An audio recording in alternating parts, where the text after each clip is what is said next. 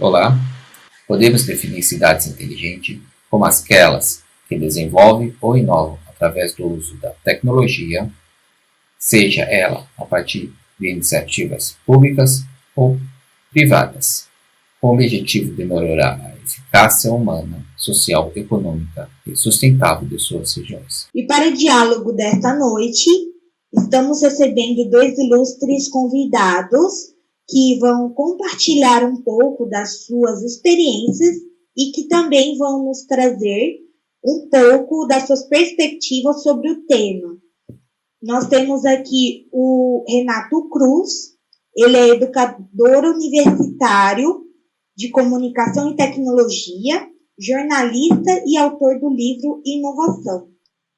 Boa noite, agradeço muito a oportunidade de estar aqui conversando com vocês, trocando informações, acho que vai ser bem interessante, espero que seja bem legal para quem está assistindo, muito obrigado. Também estamos recebendo com muita honra o Cristiano Pinheiro Cruz, ele é o gerente da área de Commercial Vehicles, veículos comerciais na Ford Motor Company do Brasil. Boa noite, gente. Muito obrigado pelo convite. É uma honra estar aqui com vocês também. Espero poder contribuir e a gente ter momentos agradáveis de troca de experiência. Boa noite, obrigado. E eles trarão as suas experiências e compartilharão um pouco do seu conhecimento na área de mobilidade urbana, que está vinculando um dos eixos no que se refere ao tema que nós trataremos nesta noite, que é cidades inteligentes, e que temos como foco inovações na área do transporte coletivo, veículos e infraestrutura voltado à locomoção sustentável dentro das grandes cidades. Sejam muito bem-vindos. Certo. Eu gostaria de iniciar com uma pergunta para o Renato.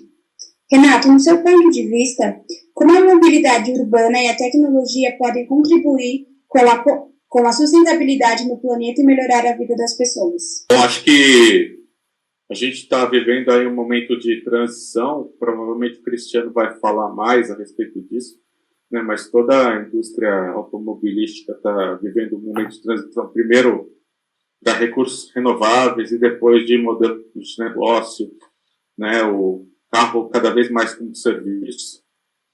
Então, isso tem um impacto. Eu lembro que faz uns anos que teve um investidor lá do Vale do Silício que calculou se todo mundo usasse veículos elétricos autônomos em estilo Uber, né, e você só pedisse o veículo na hora que você fosse usar, eles conseguiriam reduzir a frota em 95%. Ia ter só 5% de carros rodando lá no caso, lá na Califórnia, né, que ele fez o cálculo, e aí, assim, liberaria espaço de estacionamento, não teria mais congestionamento, o impacto ambiental seria positivo, mas daí ele questiona, assim, vários empregos na cadeia que deixariam de existir, né, empregos desde o frentista e o... Ela não tem frentista, né, a pessoa que trabalha no posto, até a pessoa que trabalha no estacionamento,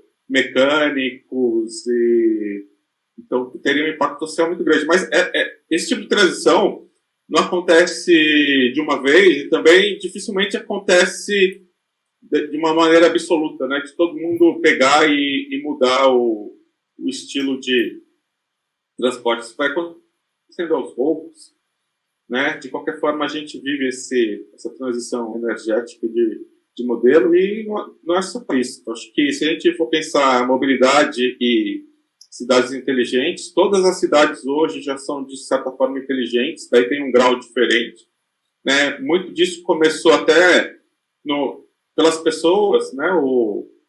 As pessoas começaram a usar o Waze, Google Maps, isso teve um impacto, né? No celular e mesmo chamar carro por aplicativo. Então, dispositivo móvel tem um impacto nisso, né? E a gente vê as cidades aí cheias de câmeras e outros sensores. Isso ainda começa a ser usado.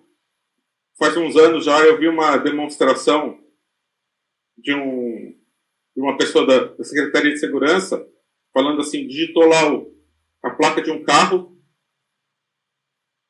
a câmera da rua localizou aquele carro, e depois aquele carro foi andando pela cidade, as câmeras foram passando, assim, de uma para outra, identificando aquele carro, a trajetória dele.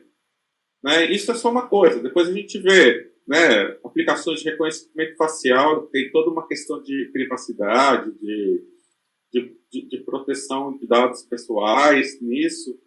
Né? A gente está vendo o pessoal lá na USP vai fazer um piloto lá de cidade inteligente dentro do campus, com semáforos inteligentes. Eles já fizeram em um trecho, agora eles estão ampliando. Então tem, assim, várias coisas acontecendo, várias coisas por acontecer. Tem a revolução que acontece no veículo, no celular da pessoa, dispositivos na rua, edifícios inteligentes, daí infraestruturas inteiras inteligentes. Assim, quanto maior a integração, vai ficando mais complicado. Mas, assim, é uma coisa que está andando. Assim, não é fácil você fazer uma integração geral, mas eu acho que são coisas muito promissoras que vêm por aí. Lembrando, né, Renato, que o carro é uma máquina muito mal usada. Se a gente pensar que ele faz transporte de 1 a 2 pessoas nos horários de pico, depois você estaciona seu carro, ou seja, você ocupa um espaço urbano para parar o seu carro e só vai pegar ele ali depois de 8, 9 horas em que o carro fica parado. Então a utilidade do carro é muito mal aproveitada. Então eu não duvido nada que a gente consiga reduzir substancialmente aí a utilização do carro, porém a gente precisa de algumas coisas acontecendo paralelamente. Por exemplo, horário flexível nas empresas, né? Porque se todo mundo precisar do carro nos mesmos horários de picos que a gente conhece hoje, em algum momento a gente ia ou sobrecarregar o modal público, né?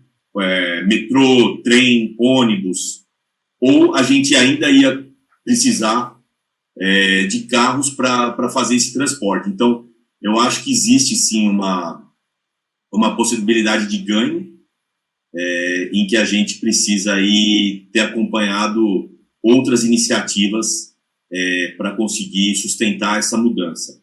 A tecnologia ela está totalmente envolvida na otimização, né? Então, você deu o exemplo do Waze, não tenha dúvida. O Waze, e aí a gente vai entrar mais adiante para falar de Uber. Então, o Uber já é um ensaio para o compartilhamento, né? O que falta entre o Uber e o compartilhamento é a autonomia do carro. Ainda a gente precisa de um motorista que seja aí o responsável. Então, acho que a tecnologia veio para, pelo menos na mobilidade, vai ajudar completamente, já tem ajudado. Bom, mais uma pergunta para o Renato, né? Na sua opinião, como as inovações, né, a conectividade e as novas tecnologias estão funcionando para as pessoas e o desenvolvimento da mobilidade urbana? Eu acho que tem uma coisa importante. A gente está tendo neste ano a instalação aí do 5G, da 5ª geração de comunicações móveis. Na previsão que no segundo semestre todas as capitais do Brasil tenham 5G. 5G as pessoas falam muito da capacidade de banda, né? Assim, que você vai ter a experiência de uma fibra ótica num dispositivo móvel, mas tem a questão também da latência, né? Do tempo de resposta, do tempo que o sinal leva para ser transportado de um lugar a outro. E a latência do 5G é bastante baixa. Né? O pessoal fala aí em menos de um milissegundo. Né? Em comparação aí com 4G, dependendo da rede, dá 50, 80 milissegundos. Né? Quem joga jogo online é muito ligado nesse assunto, né? Porque quanto menor a latência, mais rápido você reage ao que está acontecendo no jogo. Mas para aplicações do tipo carros autônomos, né, sobre os quais o Cristiano estava falando, você precisa de comunicação rápida, com latência muito baixa. Então, isso é uma vantagem. Provavelmente, um carro autônomo ele não vai precisar de uma banda tão grande, né? Ele não vai transmitir tanta informação de uma vez só, mas ele precisa de uma latência bem baixa, porque senão, fala assim, avisa para o carro de trás que eu estou freando, né? Tem que ser na hora, porque se demorar, já era aquela informação. Então, eu acho que a gente, com essas novas gerações de comunicações móveis, né, elas vão permitir com que essas aplicações autônomas de dispositivos inteligentes, até de infraestrutura inteligente, que elas venham a acontecer na prática, que com a tecnologia que nós temos hoje, tecnologia disseminada que nós temos hoje, não seria tão simples assim. Só dando um exemplo prático, né, do que o Renato nos trouxe, a gente hoje, o Waze, quando você coloca o Waze para ele te levar até um lugar, ele tem uma margem de segurança de 5 metros, né, para frente ou para trás. Às vezes ele dá exatamente no ponto, mas ele tem aí um espaço de segurança de 5 metros. Imagina que que já foi lançado um satélite que diminui de 5 metros para 5 centímetros. Então, isso é fundamental para o carro autônomo, porque se você erra 5 metros o carro da frente para o carro de trás, é uma colisão. Se você errar 5 centímetros, talvez seja um arranhão. Então, e ninguém vai morrer com isso. 5 metros, dependendo de como for, pode haver aí pelo menos alguém machucado. Então, a tecnologia, ela é determinante para que a gente consiga aí ter avanços, né? Tem a parte ainda que eu acho que tem que acompanhar, que é a parte jurídica da coisa, né? Se você está dentro de um carro autônomo, isso já aconteceu, eu estou trazendo um exemplo. E aí, uma pessoa, um pedestre é atropelado. De quem é a culpa? A culpa é de quem está dentro do carro, é de quem programou o carro, é o dono da empresa que forneceu o carro. Então, tem algumas questões aí que tem que acompanhar essa tecnologia, que talvez seja até um pouco mais impeditivas, né, para a gente conseguir escalar do que propriamente a tecnologia. A minha pergunta é para o Cristiano. Cristiano, como as grandes empresas têm investido em tecnologia para trazer e oferecer novos avanços às mobilidades urbanas? Nesse caso, acho que até mais do que opinião, porque de fato as empresas têm trabalhado a passos largos aí para tentar contribuir com a mobilidade, né? Então você vê aí empresas investindo pesado em novos modais, por exemplo, o drone. O drone, em algum momento, ele vai servir aí para a mobilidade urbana. Lembrando que a mobilidade urbana não é só de pessoas, né? É também de bens, de bens que você pode fazer entrega por drone, e isso já está em teste. Tem os carros autônomos, como eu falei, e aí quando você tem um carro autônomo, de fato, você consegue fazer o compartilhamento completo dele para que ele não pare, ele sempre esteja servindo alguém e fazendo a função que o carro tem. As empresas também, de uma forma um pouco mais, um pouco menos, tem tentado dar mais facilidade ao acesso do carro, com financiamento, com novas linhas de financiamento, e com isso trazer novas pessoas para adquirir o carro, que também, apesar de ele ser o grande vilão da mobilidade urbana, ele também faz parte.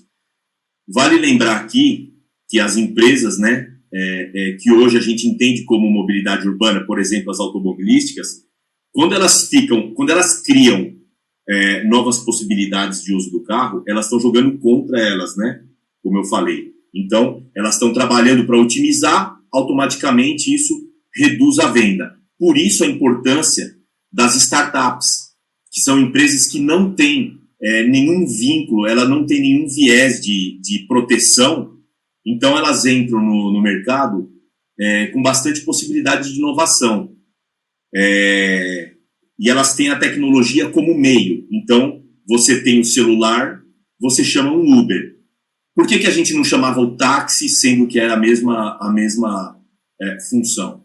Eles conseguiram otimizar e melhorar essa cadeia, né? Então você vê aí Uber, iFood e até um exemplo que eu gosto de dar, que no fim é mobilidade, o Netflix. Antigamente, que talvez vocês não saibam disso, a gente ia até uma locadora de filmes e alugava um filme. Hoje em dia isso não existe mais. Você está tirando pessoas da rua. Tá? Mas também existe uma função aí, que a sua pergunta é de empresas, mas o governo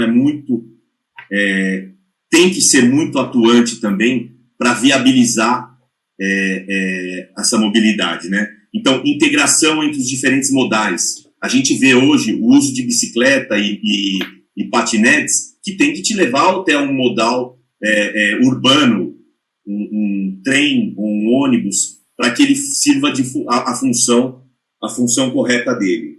Construção de ciclovias, então, você tem que ter também. O governo tem que dar acesso às pessoas a comprarem um carro elétrico. Não adianta as montadoras fazerem o carro elétrico e o preço do carro ser proibitivo. Então ele tem que ter aí um incentivo do governo. E por outro lado, que é uma coisa que poucas pessoas falam, por exemplo, o Brasil. Se a gente transformar a nossa frota em carro elétrico, nós não temos geração de energia suficiente para abastecer. E pior do que isso, né? Todo mundo abasteceria o carro durante a noite. Imagina a sobrecarga nesse momento, se todo mundo tivesse carro elétrico. Então, é uma coisa, como o professor já disse, a longo prazo, para a gente ir trabalhando. Bom, como o Cristiano comentou, né, a respeito dessas mudanças que estão acontecendo, falou das startups, a gente vê empresas aí da área automobilística investindo tanto em startups que são criadas fora, quanto criando suas próprias empresas. E a gente vê modelos do tipo carro por assinatura ou aluguel por algumas horas. Então, é um setor que está se colocando como um setor que vai muito além de fabricar e vender veículos, né, mas de criar novos serviços. Então, eu acho que isso é importante, né? Aquela ideia, assim, é melhor perder mercado para você mesmo do que perder para um terceiro que chega oferecendo coisas novas. Então, eu vejo um movimento muito forte aí da indústria automobilística e nesse relacionamento com startups também para criar novas formas de você ter acesso ao serviço carro. Cristiano, como as pessoas estão aceitando e se preocupando com a mobilidade urbana? E como você acha que elas têm contribuído? Qualquer projeto, né, de mobilidade urbana visa melhorar a qualidade de vida das pessoas, a democratização de acesso aos espaços públicos, a viagem na cidade. Então, quando você pensa na melhoria de uma pessoa que, por exemplo, demora 3 a 4 horas por dia, gasta 3 a 4 horas por dia dentro de um ônibus ou de qualquer outro meio de transporte, é sempre muito bem-vindo, e eu acho que as pessoas têm uma adesão instantânea. Lembrem que a cidade de São Paulo, por exemplo, é uma cidade bastante violenta, e a adesão de bicicletas, patinetes elétricos, ela já é total. Você tem lugares que você vai em São Paulo e você consegue ver com bastante facilidade e bastante gente usando. Então, eu acho que as pessoas têm, sim, aderido e contribuído para isso na parte do uso. Mas a gente acabou de falar aqui das empresas que são feitas por pessoas que se preocupam com isso e priorizam, né, a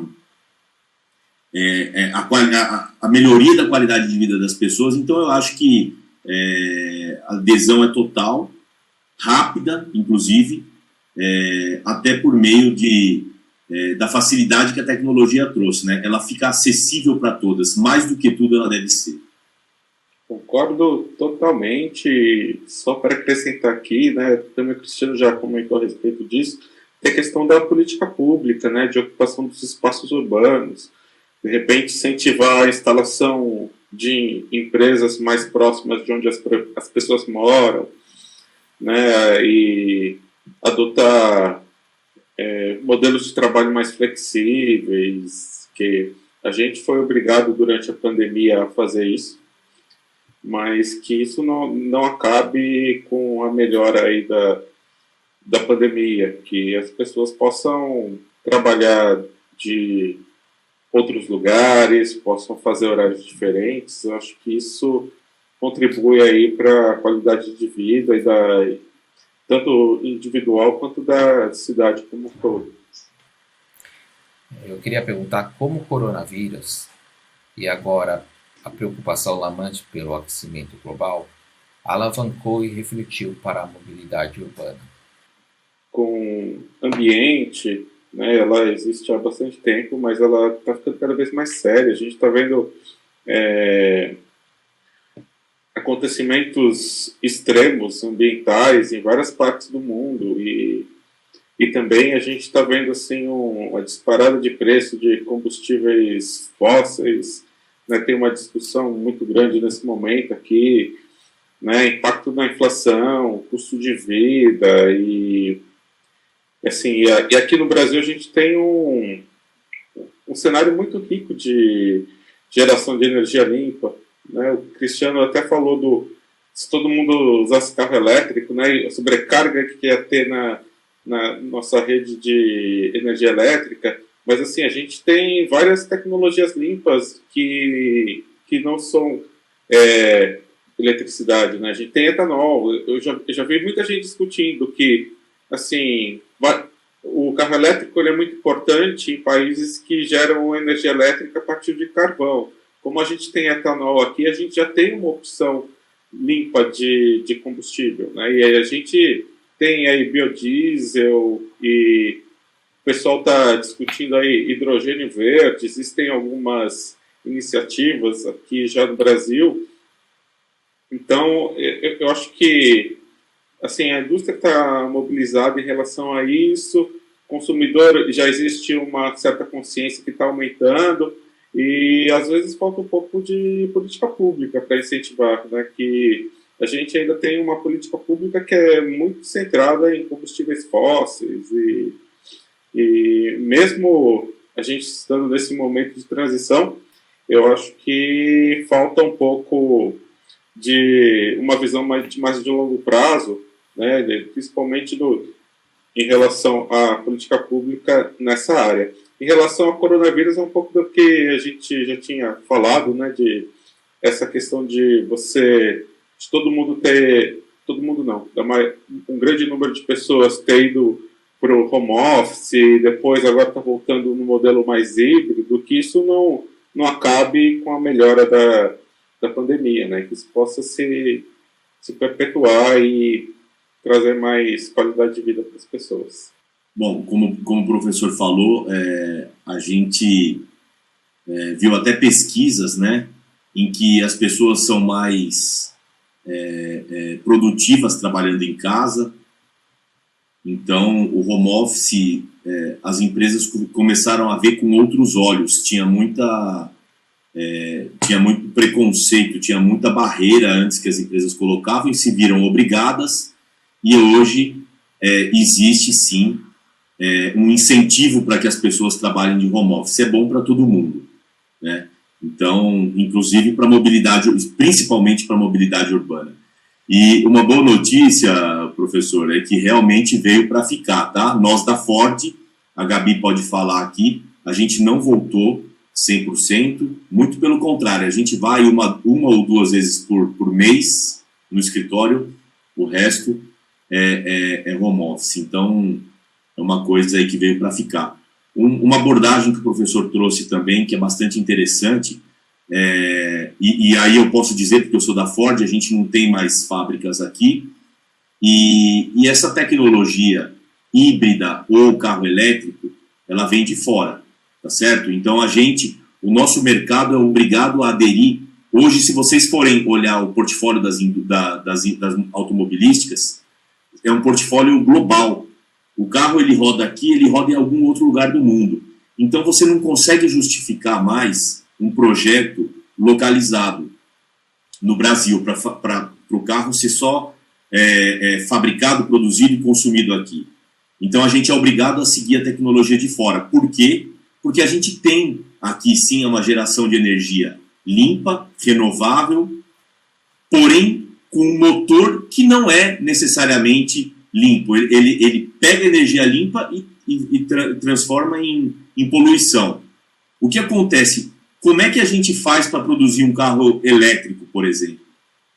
E o que a gente vai fazer com o descarte da bateria lá na frente? E qual vai ser o preço de você trocar a bateria ou então de consertar essa bateria lá na frente? Então, existe uma discussão grande e a gente, como Brasil, ou por falta de política, ou até uma visão muito de curto prazo, a gente nunca conseguiu justificar o etanol aqui no Brasil. Sempre quando o etanol ganha espaço, o preço aumenta e inviabiliza projetos futuros.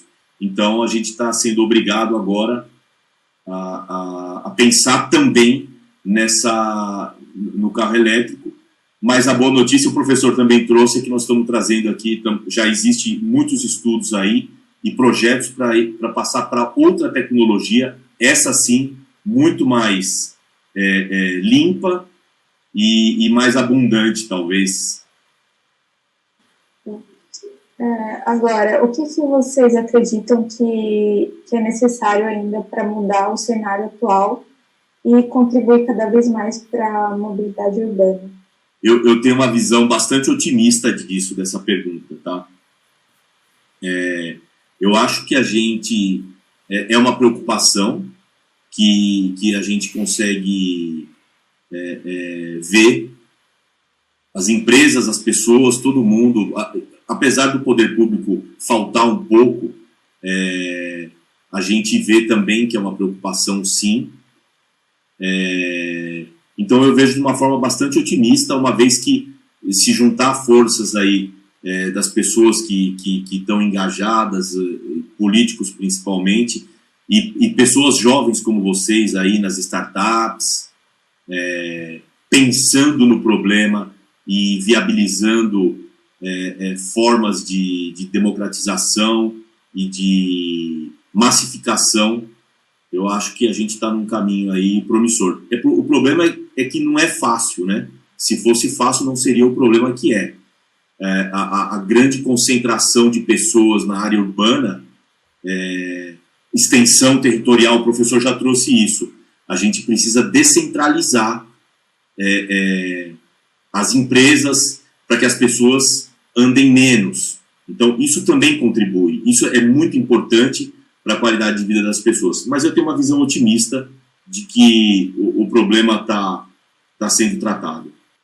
Eu concordo com o Cristiano. Eu acho que existe cada vez mais consciência das pessoas em relação a essas questões, né? Consciência também ambiental e busca de qualidade de vida, né? Existe um movimento das empresas para atender esses anseios, até para as empresas se manterem no mercado, elas precisam dar uma resposta a essa necessidade das pessoas.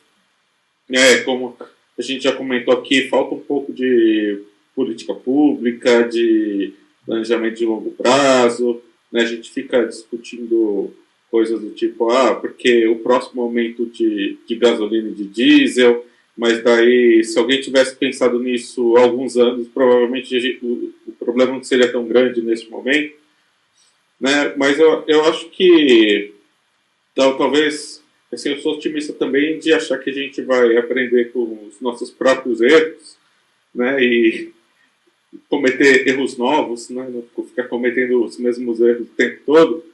E também eu acho que a gente tem que acreditar na capacidade que nós temos de resolver problemas, né? Da engenharia brasileira, na capacidade dos desenvolvedores de software brasileiros, né, de pegar, se colocar nesse movimento mundial que está acontecendo e conseguir dar respostas equivalentes a problemas que alguns são globais, alguns são regionais.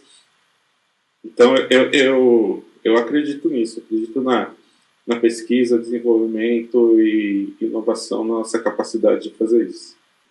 Só gostaria de agradecer o Cristiano, né, por ter aceito o convite, e ao professor Renato, né, ele tem muito essa ênfase na inovação. E agradecer aqui a toda a equipe, né, a Gabi, o William e a Karina, a Jéssica.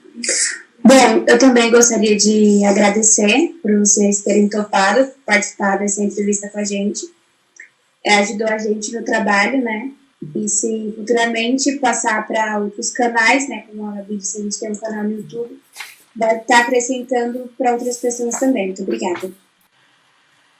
Eu queria agradecer a participação do professor Renato e do Cristiano em ter aceitado o nosso convite em ajudar este trabalho e de terem compartilhado todas as experiências e conhecimentos na área. Bom, queria agradecer enormemente a aceitação do convite para estar aqui nessa noite, ao Renato e ao Cristiano, dizer que foi um prazer e uma honra, e obrigado mais uma vez.